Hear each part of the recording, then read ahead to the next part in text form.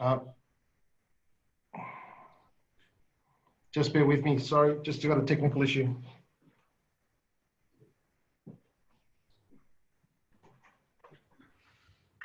So many technical issues these days. Oh, look, I'll be so pleased when we go back to face-to-face meetings. Me too. Yes, I agree. Yeah. I had a face-to-face panel meeting and the public opening this meeting of the Hunters Hill Local Planning Panel. It's appropriate for us panel members to introduce ourselves for the benefit of members of the public. I am David Lloyd. I chair. Chair, excuse me, Chair. Let me allow. They're slowly coming in. Sorry about that. Okay, we'll start again when you're ready.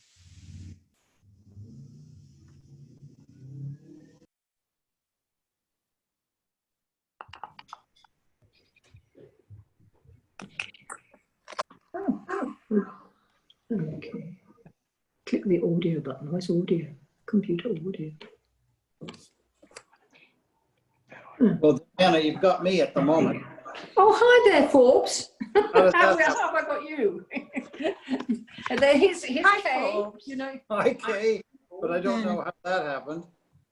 No, that's interesting. No, Forbes. Now, I'll introduce you to Juliet, who lives almost next. Oh, here we go. Here we go. It Yep. looks as though. Oh. And there's Ron, Steve. They'll get it. This one's. It's on this one, but it's not. Yeah. Yeah.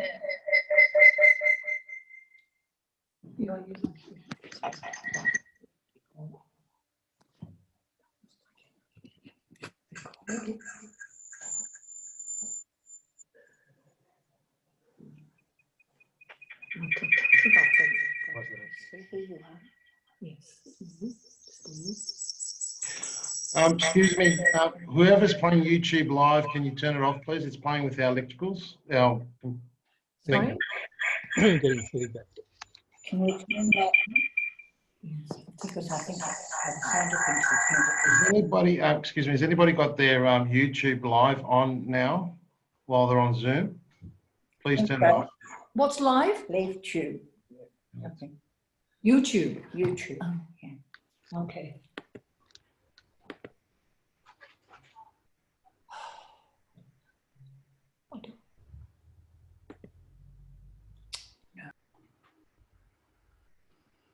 Chair?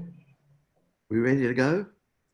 All right, I think we can now commence this meeting, the formal public meeting of the Hunters Hill Local Planning Panel. In commencing the meeting, it's appropriate to record our attendance and tell the public who we are. I'm David Lloyd, I chair this meeting. I'm a lawyer, I'm a QC, I'm a former judge of the Land and Environment Court, I'm a former acting judge of the Supreme Court. I'm presently a professor of law at Western Sydney University. Ms. Burke. Ms. Burke? You're not. Hello, Yes, speak. my name's Sheridan Burke. I'm a heritage consultant from Sydney. That's a very brief introduction. You also do Like a little other more. things. Yes, please. I have been working in heritage field in the long term. I'm a town planner and architect by professional training. I've worked for the Heritage Council and the Historic Houses Trust in the past and had a long-term relationship with various local governments as heritage advisor. My work essentially at the present time is with the Getty Conservation Institute in America, looking at the conservation of modern heritage places around the world. I sit on a number of other planning panels and I'm the Deputy Chair of the New South Wales Heritage Council. Thank you. Mr. Edgar. I'm Ron Edgar. I'm an architect. I have my own practice. I'm also a heritage consultant, and I am on panels for Blue Mountain City Council Local Planning Panel, Cumberland Design Excellence Panel. I've been heritage advisor at Cumberland and Bankstown and other councils since the early 1990s, 1992. And was a director for heritage for the Southeast Asia region of the International Union of Architects. Thank you. Ms. Wise. I I'm the local community member. I've been in Huddersfield for over 25 years. I'm also a commercial and residential interior designer with over 30 years experience. All right, there's still some formal matters to deal with. Next is apologies, there are none. Next is declarations of interest, and I've had no notice of any declaration of interest. Next is confirmation of the minutes of the previous meeting held on the 20th of August. I wasn't there, but I think Mr. Edgar was. I was. I'll second them. You're happy Sorry, I'll propose them as being approved. As being approved. Thank you very much. So next item is general business. I have no notice of any general business. So with that, we can move on to the development application that we have before us. This is the proposed development of I'll just get the address. At 54 Alexandra Street, Hunters Hill. The proposal is for internal changes, a new entry door to allow disabled access, and for signage. I have noticed that there is a number of people who wish to address the panel, and we will hear you in turn.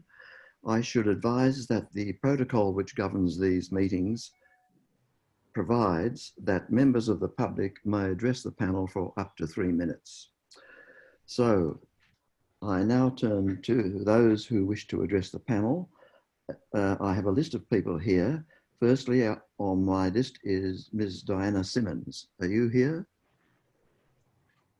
Ms. Diana Simmons? If not, the next on my list. No, Chair. Yes. Hello. Did I miss? Are you Ms. Simmons? Yes, I am. Yes, I was apparently muted. All right, you have the floor. Oh, okay. I want to express my concerns about particularly parking in AD Street, the number of extra cars using, and maybe because it's only a wine bar, they will not be there for very long as they usually are in a restaurant. So it will create a lot of extra traffic up and down the street where there is nowhere to park. It's a very dangerous little street. There's and I just wonder about traffic management generally and the parking. That's my concern. Thank you. Right. Thank you. Is Forbes or Louise Pritchard here? Forbes or Louise Pritchard? No? Can you hear me now? Is it Mr. Pritchard? I am indeed. Right, you have the floor. Mr. Pritchard and Mrs. Pritchard. All right, please proceed. Yeah, thanks. I'm going to read 5 points. Representation. I'm a resident of 280 Street. My comments are made on behalf of my wife, Louise Pritchard, myself, and Mr. and Mrs. Cavara, who are the residents of 52 Alexander Street. Mr. and Mrs. Cavara are both working this afternoon. We're unable to change their arrangements and therefore asked me to speak on their behalf. 2, ongoing business. I want to begin by saying that we support a restaurant in principle on this site. Consistent probably with all the objectors, over the past 40 years, we've enjoyed the various restaurants that have operated from these premises. We want this site to be up and running for the community, proprietors, and the owners. And we understand the profit motive. Also, we think it's important for the image of this historic precinct to have functioning businesses. Our concern about this particular proposal is the purpose of its intended use. This concern is based on the detailed layout as shown in the applicant's plans, which clearly illustrates its intention to be a bar and which departs from its consistently approved use as a dining restaurant. If there were any doubts about this, the internal design shows a bar and is a clear departure from a dining restaurant. It leads to confusion as to purpose and begs concerns with regards to licensing obligation. This in turn feeds into licensing compliance differences for seated dining versus patronage, bar patronage. And we believe that the definitions of the use of the bar need to be incorporated into the DA to ensure it operates as per its principal purpose. the serving of alcohol commensurate with the serving of meals to sitting patrons. Our understanding of the current license is that patrons may not sit at the bar or consume alcohol at the bar. This needs to be clarified and amended to any successful DA. 3, heritage consideration of premises. In conversation with neighbors of 54 Alexander Street, I know there are at least 3 residents who have lived in Hunters Hill for over 60 years. These eminent women, one a former councillor and another who currently sits on Hunters Hill Safety Committee, all concur that there was never a side door with direct access onto 80th Street of this building. Equally, they all agree there was a door on the angled corner of the building, going back to their recollections as far as the 1940s. And this is consistent with typical 19th century Sydney architecture styles for corner businesses. Can be readily observed across the street at the Garibaldi Inn and the corner shop across from it. Therefore, we would welcome the original door being returned to its original location. We object to the proposed red door idea, which would open onto a tiny footpath on a narrow street on the grounds of safety due to insufficient pedestrian space. My 4th query is a small point about the RSL. I need to correct a statement in the report at 3.2, page 2, item 3, description of site and locality at paragraph 4. You state, quote, the former RSL, unquote. That is incorrect. The RSL is still active as a sub-branch. It holds RSL executive meetings there, as well as military services member functions, and rents out its hall to community activities. The War Memorial Hall and Memorial Hall are both registered with the New South Wales government in their War Memorial Register. My last brief comment is the granary issue at page 17. We appreciate the observations made in respect of the granary building. Quote, granary shouldn't be used for commercial business operations, unquote. For the purpose of this DA, it would be stronger if it read, quote, granary must not be used for commercial business operations. That's it for me. Thank you very much for your time and consideration. Thank you, Mr. Pritchard. You went over your 3 minutes, but we appreciate what you said. Next, Miss Catherine Higgs, are you here? Now you have to turn on your mic. We're not hearing you. You have to turn on the audio. No. Hello. Now we can hear you.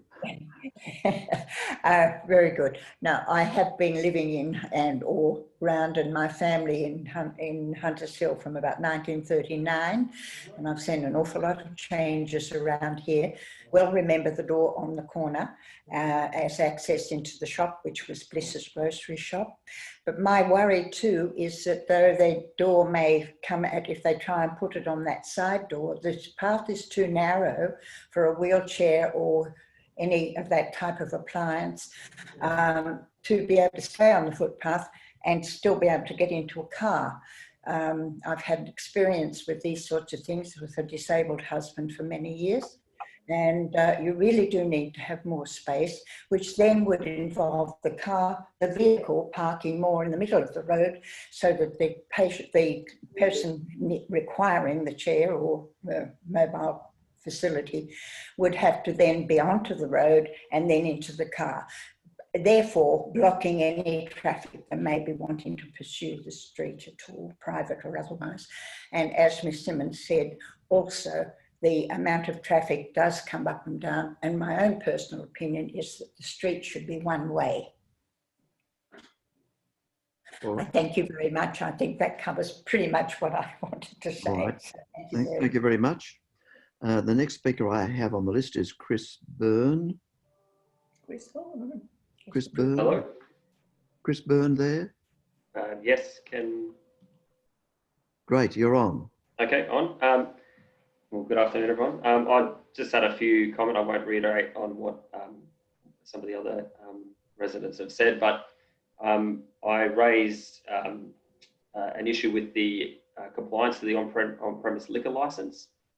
Is that the provision of the bar, it's the primary purpose test of for a license of that is for the service of meals, and liquor can only be sold or supplied for consumption with the genuine meal or consumed by a person at a dining table.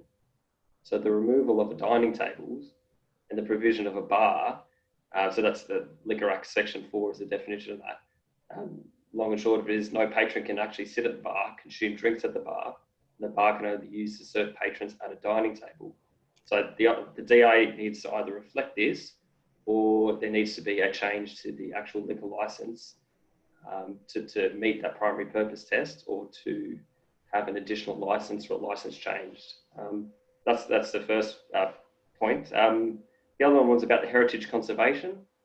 Heritage conservation principles follow that if a viable option exists, and that option is practical to preserve the heritage and character, then that option should be taken. So with the example of the stairs, because it is a heritage listed building, exemption can be sought under the Disability Access Act to not make those upgrades. I know that the DA applicant did not take that option. It's a viable option that they could seek that. It would solve a lot of the other residents' concerns around access. It also would not degrade the heritage facade as well. So I think it's a valid path that they should look at taking. That was it from me. All right, is that it, Mr. Byrne? Yes, thank you. Thanks, everyone. Thank you very much. The next speaker I have on the list is Amanda Mclean, and I seem to have lost the vision. David, I think it might be best if Dan Eagle speaks first. He will cover most points that I think the speakers on our behalf will cover, if that was appropriate. Who do you wish to call first? Dan Eagles. Yes, all right. Is he here? Certainly am. Yes. Hi guys, I'm Dan Eagles, as we just mentioned. I'm happy to talk on behalf of the tenants, potential tenants in this case, for the site. I've got to say thanks to the panel for considering the application. We have been through it in detail and effectively support the recommendations and the conditions being placed upon it outside of potentially the hours of operation. We know that this is an application primarily for access to the site to meet the current BCA. And as it stands, we're talking about the change of usage, which we propose none. So for all intents and purposes, this is a restaurant. We have Heather Cook, who's one of the owners of the potential business, who's a fantastic chef that many in the area will know. And our focus is to deliver a dining experience here that rivals most contemporary restaurants. So the service of alcohol will be with food. It's a condition of the license, and we'll uphold that. The hours of operation, though, as a condition, start to talk to the usage, which is confusing to us, because as much as we're sort of getting our head around what this new normal post-pandemic looks like, it's marginal to run a business, hospitality business, on restricted trading hours. So in this instance, if this was to be enacted as a condition, we wouldn't be able to serve brunch if we chose to, which the license permits, and the restaurant previously was able to under its usage. So we just ask that there's consideration to allow us to actually trade the restaurant to its full capacity as per its previous usage, because that remains unchanged. Chris, to your point, just in terms of seeking dispensation on access, we're happy to do that if that's the recommendation, but our consultant that we used from a heritage perspective recommended otherwise. So there seems to be conflicting interests as to whether the door was there or not. We're happy to review that and go through the motions to seek dispensation if that was agreed. Right. Any questions from the panel? Panelists? Not for the use. I think we'd like to speak to whoever prepared the plans, I guess, to see how they, if we could get some responses in regard to the accuracy of the plans, for one thing, and the capacity to satisfy the IDA provisions for the the BCA in terms of access. I don't know if Joseph has got his voice. He seemed to only have part of it this morning. Joe is our design lead. Joe, do you want to answer that? Hello, everyone. Apologise if I come across croaky. Just this morning, my voice started to drop out. So do my best to answer as many questions as possible.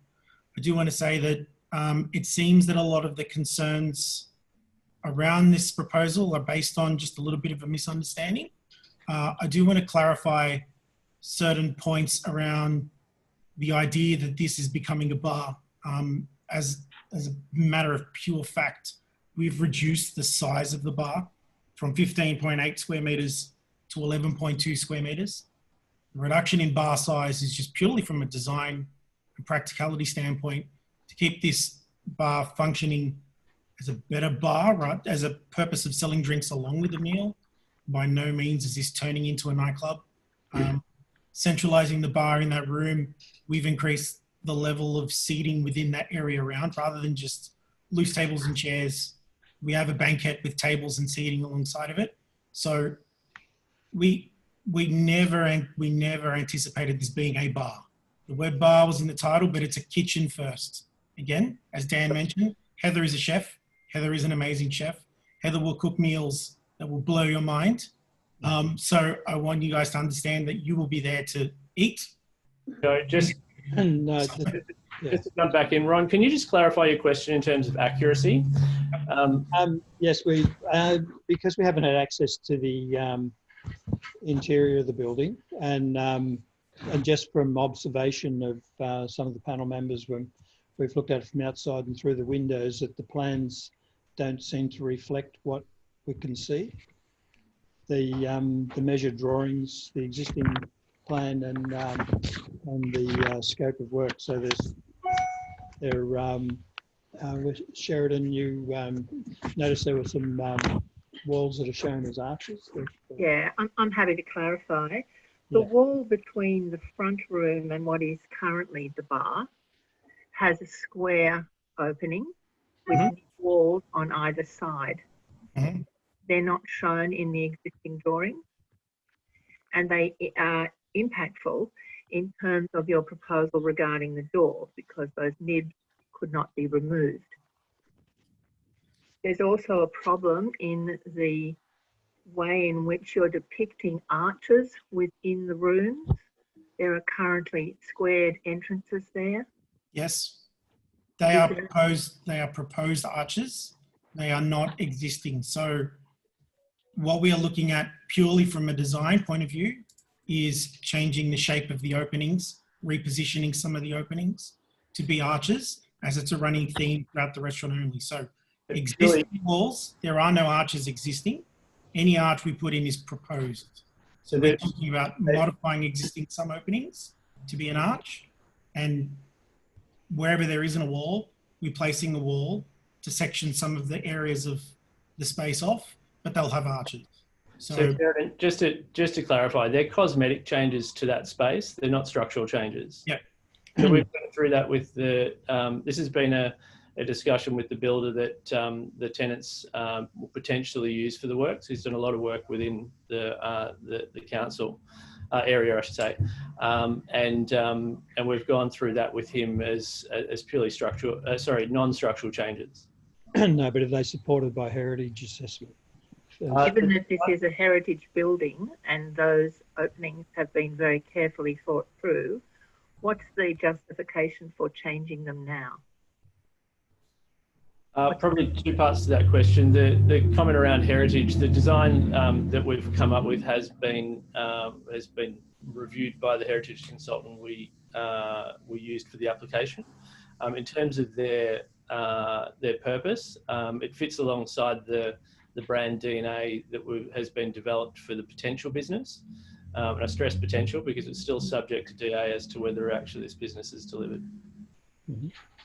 So the brand DNA is driving changes to the heritage values of the building. Well, the walls that are planned to be modified within the space weren't deemed to have heritage value under the report that we read. So is there a heritage significance assessment that justifies that position? We'd be happy to undertake one beyond the report that we've had done as a preliminary measure, because our lease is only subject to this DA being approved. Yeah, sorry, what's the preliminary report you're referring to? Joe, do you want to expand on that? There was a heritage, we had a report submitted by a heritage architect as a requirement of the development application because there was a heritage overlay. There's a heritage impact assessment. There's no assessment of the significance of the building or its interior that I've seen. If there is one, we should see that, please. No, not at this stage, but we'd be happy to undertake that and actually work through that process. That's sort of primary to our assessment, to be able to have that. It's sort of essential for today's assessment. As part of the pre-DA meeting, we submitted everything that was requested from us. So if there's additional information you require, we're happy to undertake it, but at this stage we weren't requested for it. Okay. We have a heritage impact statement completed by Heritage Solutions, which was part of the DA application and was submitted with our DA. Do you have a copy of that? It's a different document. A heritage impact assessment assesses how you're going to change it and what the impact might be. A heritage significance assessment guides you in working out how your changes will impact the place. So it's a preliminary assessment that guides you as designers, not an after assessment. That's a heritage impact assessment. Okay, I completely respect that is the case. We're not questioning that. We don't have one at this stage, so we'd be happy for that to be a condition of the DA. Okay. I guess leading on from that, the heritage issues aside, the proposed accessible entry, has there been a detailed assessment as to whether that is actually accessible? Because to my mind as an architect, that wouldn't comply with the requirements of the BCA or the IDA. One of the conditions that was in the report was that we need to complete an independent access assessment. So we're happy to do that, subject to the DA being approved. We had a discussion with the representative that prepared the report, and we did provide additional information to them on how that was configured in conjunction with the certifier that we worked on that with, which they believe satisfied their requirements at this stage, subject to that report being done after the assessment.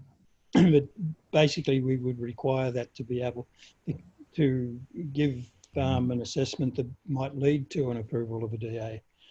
So we need that in advance of assessment for a DA. Ron, would you like to outline some of the problems that you identified with this access? Yes, probably the key one is the gradient of the footpath, and there's no actual landing at the doorway. The doorway, there's no direct access then from the footpath in the doorway, and there's no sort of lead in.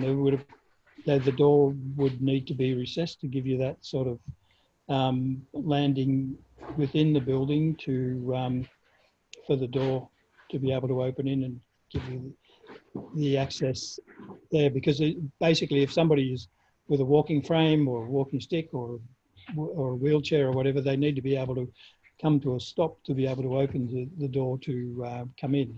And this doesn't provide any of those. There's nothing off the footpath that enables anyone to stop before they actually open the door. So Ron, would it be acceptable to have a condition of the DA that we need to provide an alternative solution, whether that be dispensation or otherwise? It's not a question of alternative solution. We'd probably need to see how that actually worked. So it would need to comply with.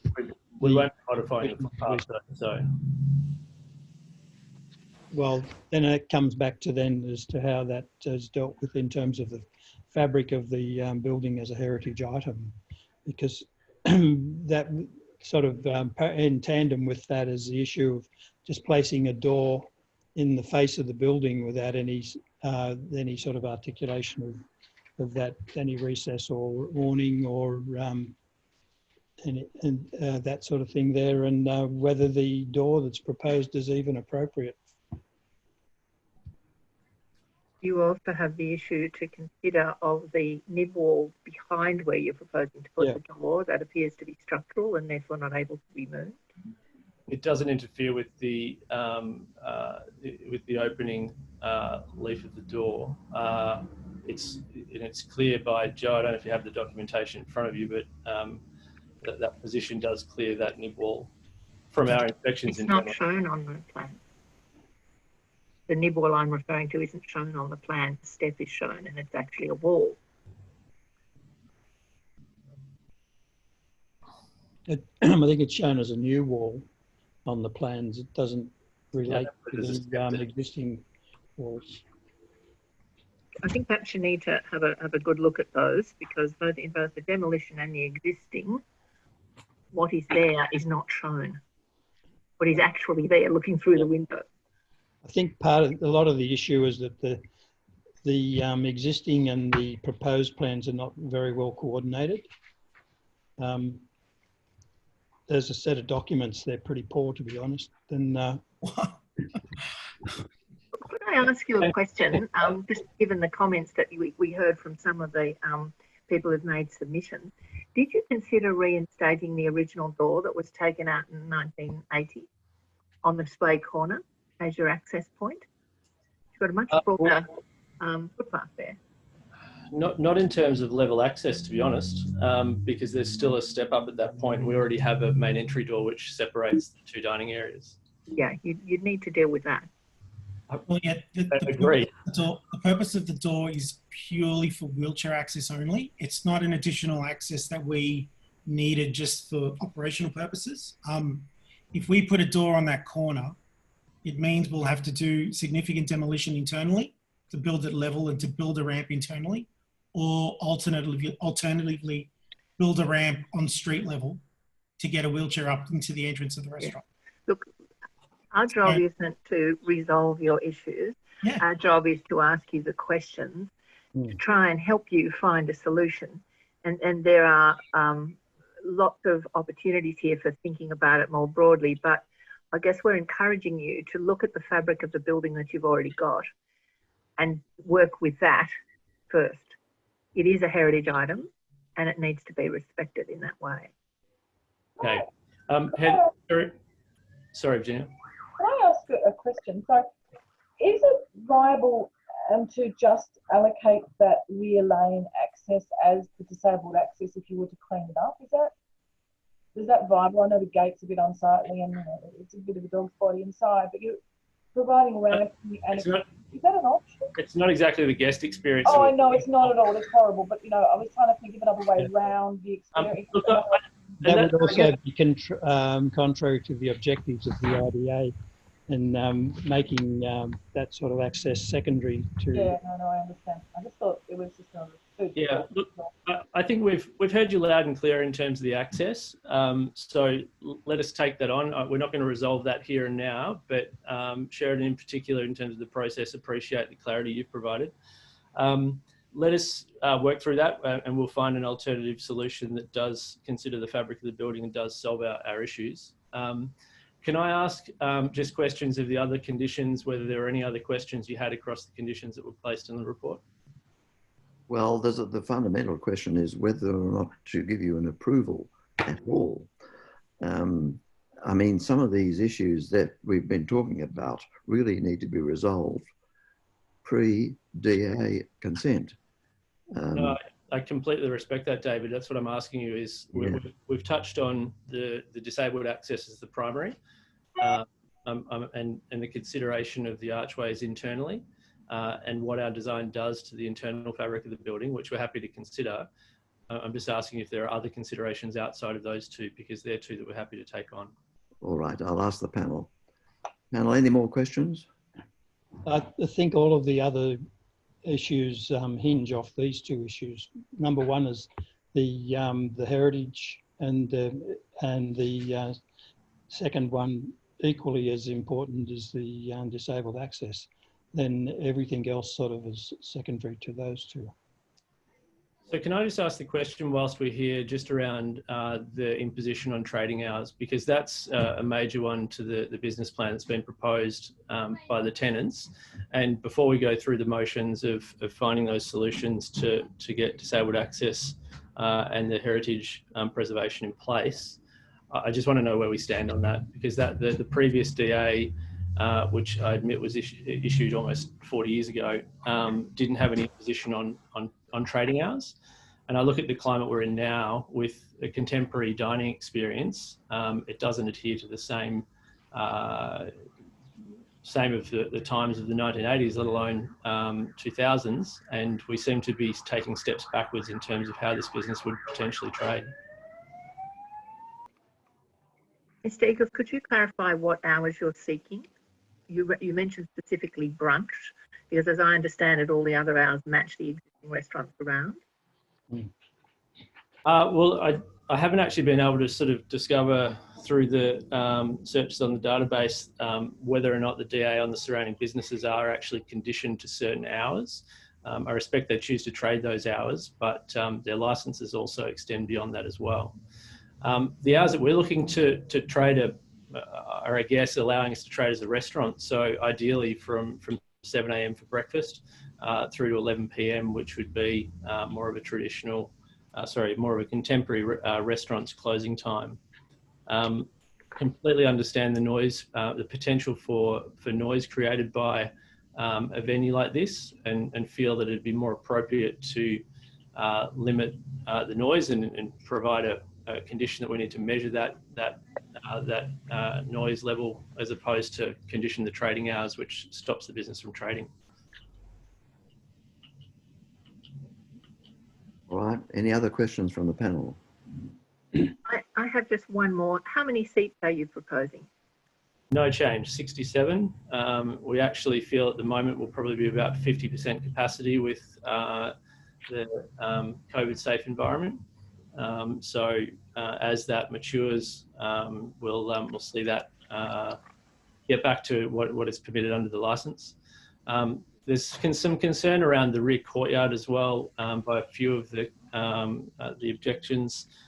We actually plan to grow herbs and potentially some condiments in there that are used in the restaurant. Heather's a champion local sustainability panel, and we see that as an important part of the menu offering. So we have a legitimate restaurant business. We just need to get to a point where we can actually be sympathetic with the building and deliver what is an amazing proposition. But perhaps you could let us have a plan showing the seating arrangements, please. For sure, we can easily do that. We have multiple in place for different stages of COVID safe environments as well. Or it's really just how you achieve 67. Was it 67? Yeah. 67, yeah. With the new arrangement. Yeah. So the actual, from the freehold owner's perspective, this is a restaurant with the capacity to trade to 67 people. That's what's in the lease for the tenants to take on. And that's where we're happy with the conditions in the report. The only one that we seek some leniency on is the trading hours, so that we can actually run a profitable business. All right. Any other questions from the panel? No. If it turns out that the problems with the proposed disabled access aren't able to be overcome, would you be prepared to abandon the proposed disabled access off 80 Street? And 100%. Yeah, absolutely. We prefer not to. It's more work. So we're aware of the performance measures that can be undertaken, having an accessibility report undertaken in order to avoid the wheelchair access into the space. We just don't like discriminating against people with wheelchairs. I think that's where the rear access is potentially that secondary that we can leverage. Virginia mentioned actually tightening it up slightly, which I think we should do. But I still question that there's still some serious questions in terms of the landing at that point on the street. So let us actually go back and reassess that. And I think it may be a case of looking for that dispensation around it. With redesign, you possibly could have a good access from the rear laneway if you contained your store area in the courtyard and sealed that off separately, but you would lose the toilet there, so that you would be creating a secondary entry, sort of entry lobby there into the bar area. That would probably give a more satisfactory point of access for wheelchairs or any people with disabilities, but that puts you closer to the residential area. But they're probably not the noisiest people. All right. Any other questions? Mr. Lloyd, if I could say, because maybe the meeting's coming to a conclusion, my name is Duncan Reid. I'm the owner with my wife of the property. Yes. Just briefly, I wanted to say, firstly, the disability access was something that we condoned along with the REBI group, because in this heightened awareness of disability disadvantage, we thought it was a future thing to do and a more encompassing thing to do to incorporate more of the community. But I'm happy to, my main concern as an owner of a freehold is to maintain the value of it. And personally, I see the disability detracting from that slightly, because it's hard to get a blend of both. And as we've decided on today, that is an issue and it's very hard to resolve. So we're happy to step back from the disability, and I'll be lending support to the group to run with that theme. The second thing is, I also wanted to mention, my wife and I have only had the property for approximately a year.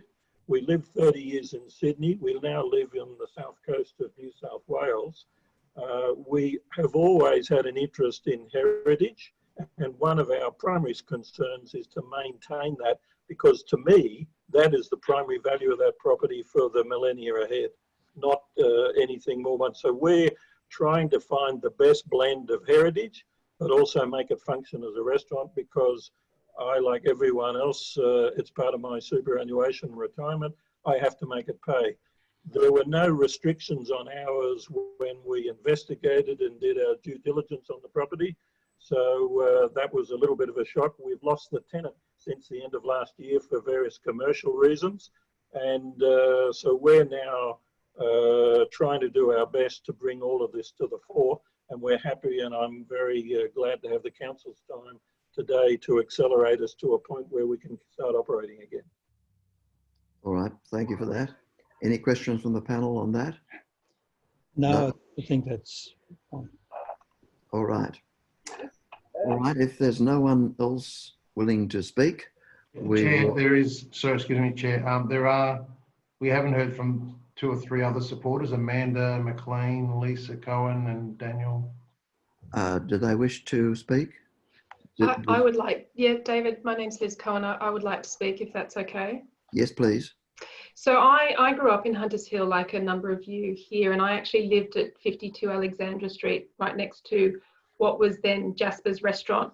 And I have very fond memories of that restaurant. At the time, there was very few in the area, which made it very popular. As a family, we never had any issues with it being a restaurant. My bedroom, in fact, bordered the restaurant, and I don't recall hearing noise or being kept up at night. We got along really well with Eamon, the chef. In fact, I did my work experience there in high school. So I wanted to share with you, I have these very fond memories of that restaurant during my childhood. I think the building really shows off the best of the area, and it's nice for people from other parts of Sydney coming to appreciate and celebrate the history that we have. I think it would be a shame to see the building not being used. So I just wanted to say that I'm genuinely glad the building is getting this chance to show itself off and to be brought back to life. Right, thank you. Is Amanda Mclean there? I am. I'll only say a very quick word. I'm a local business owner and also resident in Hunters Hill, but I work and own a business in Garibaldi Village. I'm just really excited if we can get some vibrancy back, because certainly from my point of view, attracting a workforce and making Garibaldi Village and surrounds, you know, somewhere that people want to come to. And I think it's you know, it has looked a little on the quiet side over the last 12 months. It's really been noticed and noted that has sat vacant. So I think this will be just such a fantastic opportunity for a beautiful restaurant, somewhere where workers after work can come and have a bite to eat, where the locals can congregate. And as a local in Hunters Hill, there is so much talk about how excited everyone is. So I'm definitely showing my support, and I really hope that that can be taken on board. Thank you. Is Brendan Gallagher here? Indeed I am, thank you. Just written a little thing here. We've been residents for 14 years. The sense of community of Hunters Hill is one of the reasons why we decided to settle here and bring up our 3 children. And part of that sense of community is supporting local groups, local businesses. And if we think of the local restaurants, a number of them have come and gone in the short time that we've been here.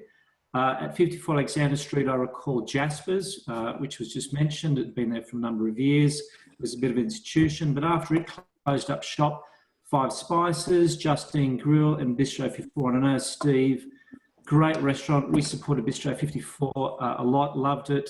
He worked hard, but it just wasn't commercially successful for him.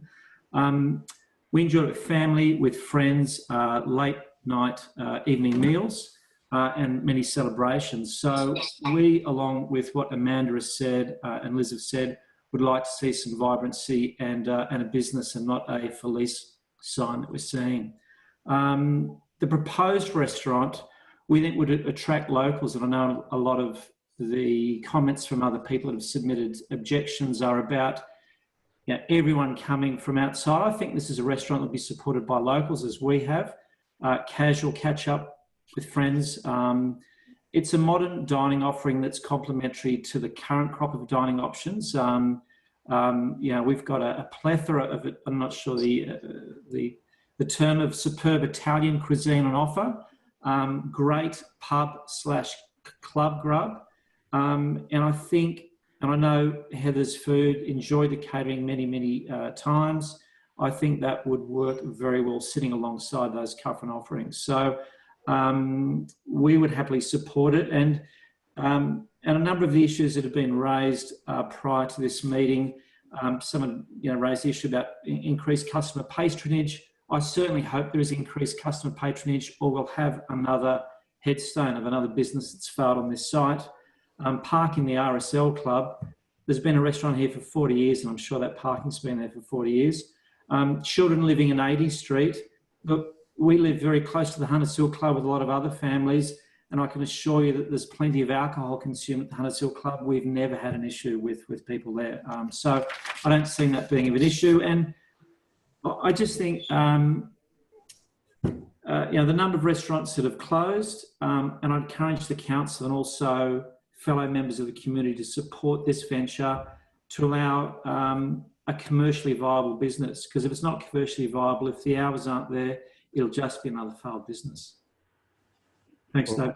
Thank you very much. Is Daniel Klein here? Yes, I am. Yes. So I'm also a supporter of the restaurant. I think most people have mentioned most of the things that I had written down. I think I would sort of like to focus on the hours of operation. I have 4 children, live on Woolwich Road. And if my wife and I want to go out for dinner, we tend to do that after we put the kids to bed, or the younger ones at least. And in the current environment, for us, the dining out options locally are minimal, as most tend to sort of frown upon us if we arrive after 8:30. And therefore, the proposed operation hours of up to 11 o'clock would be extremely beneficial to us and the family. And that's all I'd like to say, because otherwise I support all the statements made before. All right, thank you very much. All right, I'm correct, I think, in saying that there's no one else who wishes to speak. I'd like to, David. Wayne Campbell. Dave will speak on our behalf. Thank you. Please proceed. David, I'm David Gazzarotto. I am one of the potential owners of the business alongside Wayne and Heather.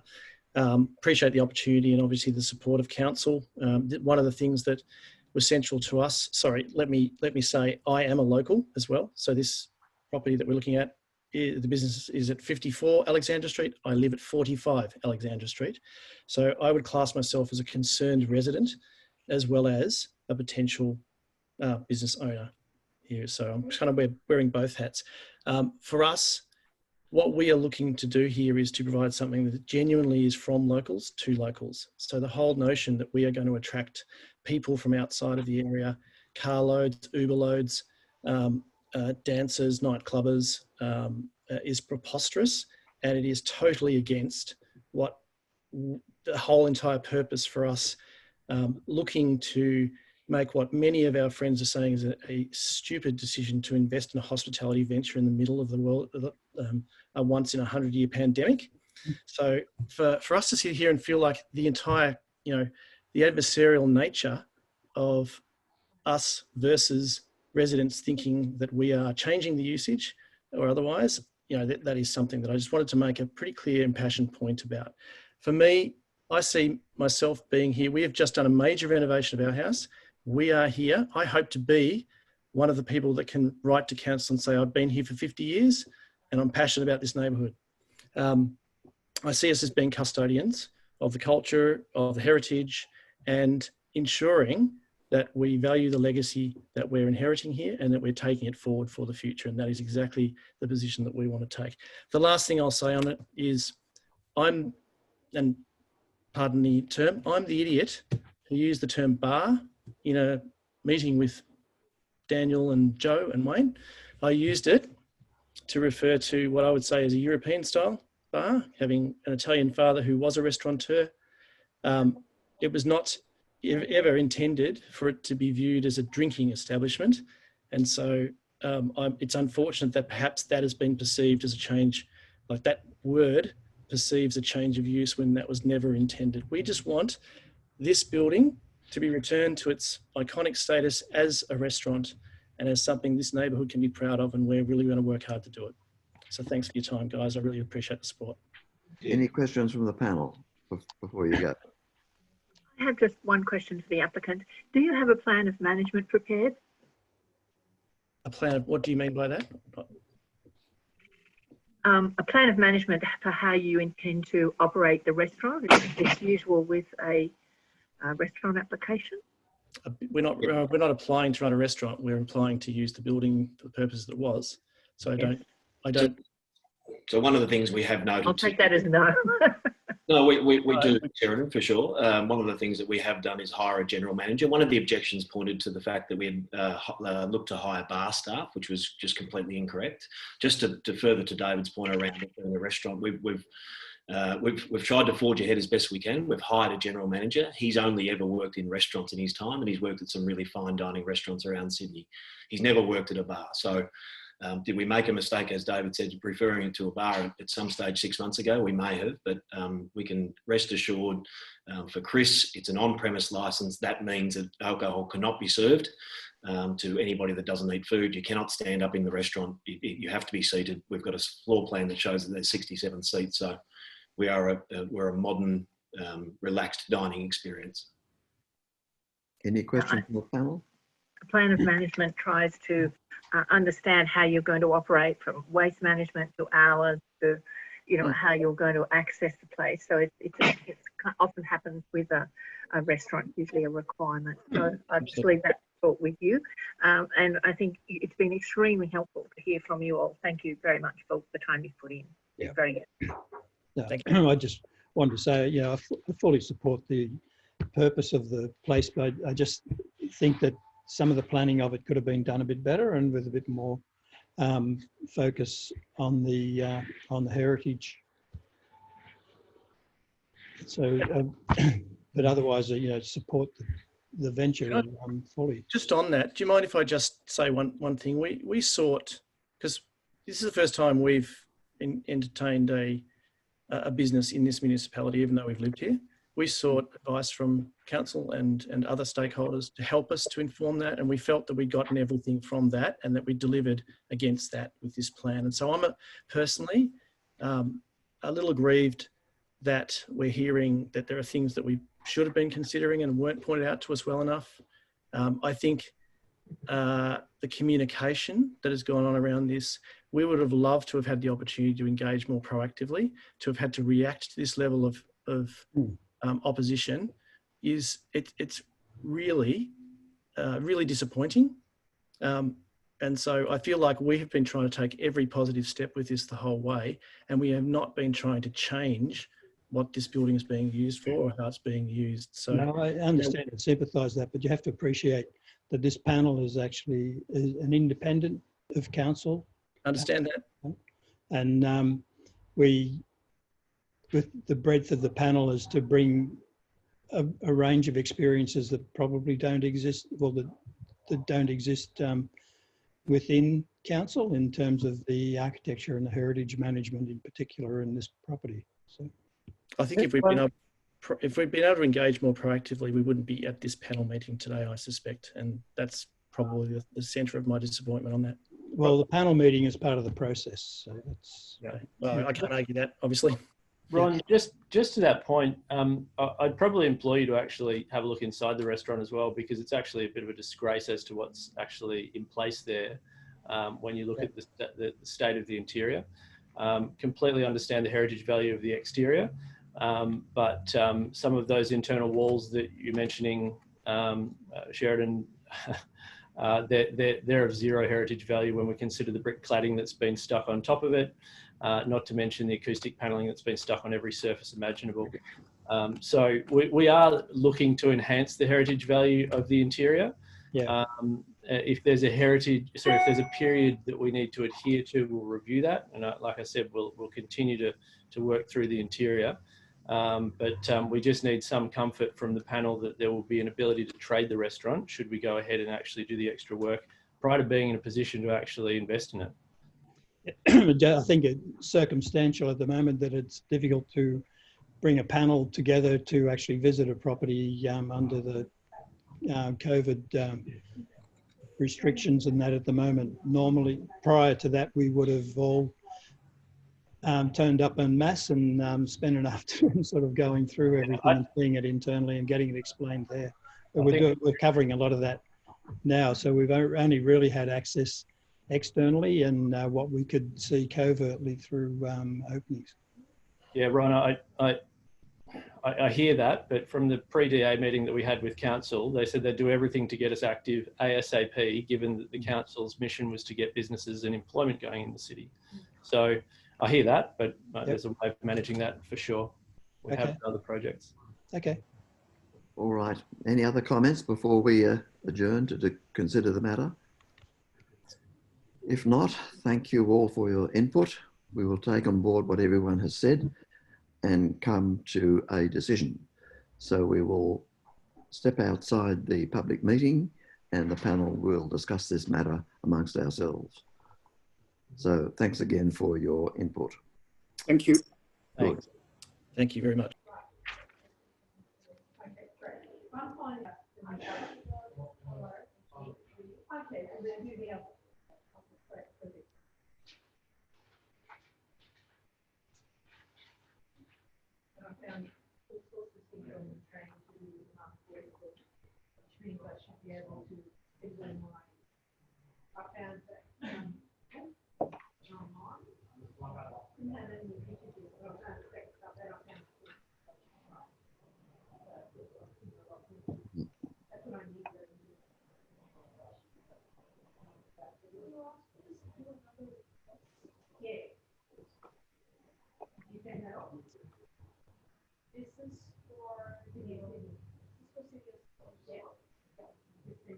And it turns out I've got some of it doesn't matter. Actually, most of the people, the council put in the line there to the house and CMC budget.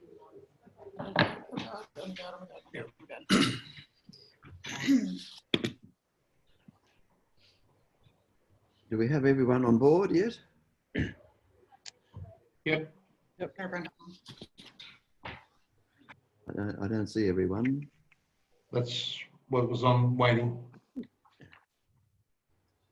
Yeah, well, I can see Wayne.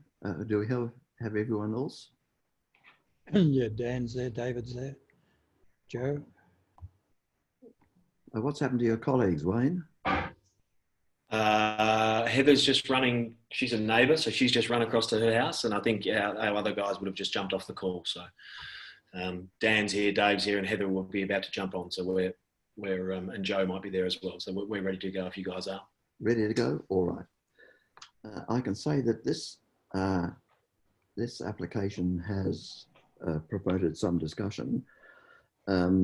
We are generally in favour of the proposal, but there are things that need to be tidied up.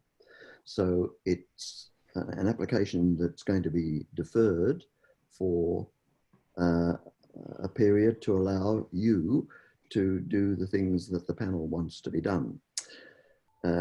Firstly, we note that there is no adequate heritage assessment of the interior, and we need an assessment report to examine that and to examine what is proposed for the interior from a heritage architect. Secondly, the panel is not happy with the proposed disabled access from 80 Street. The panel would prefer the disabled access to be through the rear courtyard, and we would prefer that you remove the proposed door from 80 Street. So this will also require the submission of an accessibility report from an accessibility consultant. Thirdly, we aren't happy with the accuracy of the current DA plans, and they should also require updating to include a seating plan. We can't understand how you can fit 67 people in the restaurant with the bar taking up the bulk of the space in that second room. Next, we would require a plan of management to show how the proposed restaurant will operate, which will include not only the seating plan, but the hours of operation that you seek. We have been told that the original application that was submitted only sought training hours for lunch and evening, not for breakfast. So we would want that clarified. They're the main things that we want. Sure. What we're going to do is defer the application to allow you time to attend to all of those matters. You'll probably need about 3 weeks to do it because you need to engage consultants. And the matter will then come back to the same panel for final determination. But I can say generally we would like to see this building operate as a restaurant. We're in favour of it generally, subject to these matters being tidied up. Are you happy with that? David, look, I don't have a problem submitting those. We actually provided additional information to the architect that reviewed or prepared the report. So it's unfortunate you don't have that, but we'll prepare these, and 3 weeks is fine. Do the panel members have anything to add to what I've just said? No, I'm fine with that. We feel these situations are resolvable, so good luck and just work further on the plan. All right. Completely shared it. And one of the points, the accessibility report, we actually have quoted. We've got it ready to be commissioned. It was just recommended that we do that post this panel review by the architect who prepared the report. So we don't have a problem doing these things. It's just the process we're working through. So let's resolve the others and get it open. Right. We just don't see how the accessibility would work from a side door from 80 Street. We think there are too many problems there. We're accepting of that, so let's move on and solve the problem. All right, so that's the decision. We will give you 3 weeks to fix those things up. It will then be reported back to the same panel, and we can then come to a final determination. So, David, can I just ask you, in terms of the deferral on this one, will there be details shared with us of where we're submitting this information to? We will get a supplementary report after you've submitted this additional information, and you'll be given an opportunity to comment. Okay, fantastic. All right. If there's nothing else, then we can formally... Can I ask one more question, David? Yes, please. Sorry, just so in 3 weeks' time, when we do all this information that you've asked of us, that will come back to you in 3 weeks' time. So let's say 21 days from today, and you will make a determination then? No, we will have to get a supplementary report assessing what you have put to us. And then there'll be a meeting of the panel. So the panel won't meet in 21 days. It'll probably be more likely 21 days plus 2 weeks or something like that. That's the sort of timetable we're looking at. So we need to resubmit, Wayne, this information to council, and then the report will be commissioned from that. Yes. Yes. So to give us a milestone, can we book in for the next local planning meeting in a 5 weeks, 6 weeks time, or? Steve can... Yeah, we're giving you 3 weeks to give you time. If you do it within a 2 week period, that's all well and good. We'll get that information. We'll prepare a report to the panel and earmark a time to advise you when the panel meeting's on with a copy of the report. 3 weeks just gives you more time. It'll be a week or 2 weeks after the submission or documentation has been received. We'll advise you when the panel meets and the outcome of that panel. Okay. I think you have to appreciate that, given the type of business that we're looking to run here and the time of year, the opportunity cost of this further delay is possibly terminal to us being able to proceed. So I'm just going to put that out there and express my disappointment again that we were guided initially with what was required for the submission of the DA. The DA was something we were coached through, and we are here today because people decided to object and didn't raise those objections in a manner in which we could have dealt with them before and incorporate those into our considerations. So, this is costing us time, and to open a restaurant, and have to wait until possibly February, March next year now, it's very disappointing. And I feel like we did everything right and we acted on the instructions we were given along the way. So to be at this point on the 17th of September is really disappointing. So I know, no, you can't act on that, but I'm just expressing that for the record. All right, noted. All right, we can conclude the meeting for the moment. Yep. Thank you very much for your attendance. Thanks to all on the panel. Yeah. Thank you. Thank you. Thank you.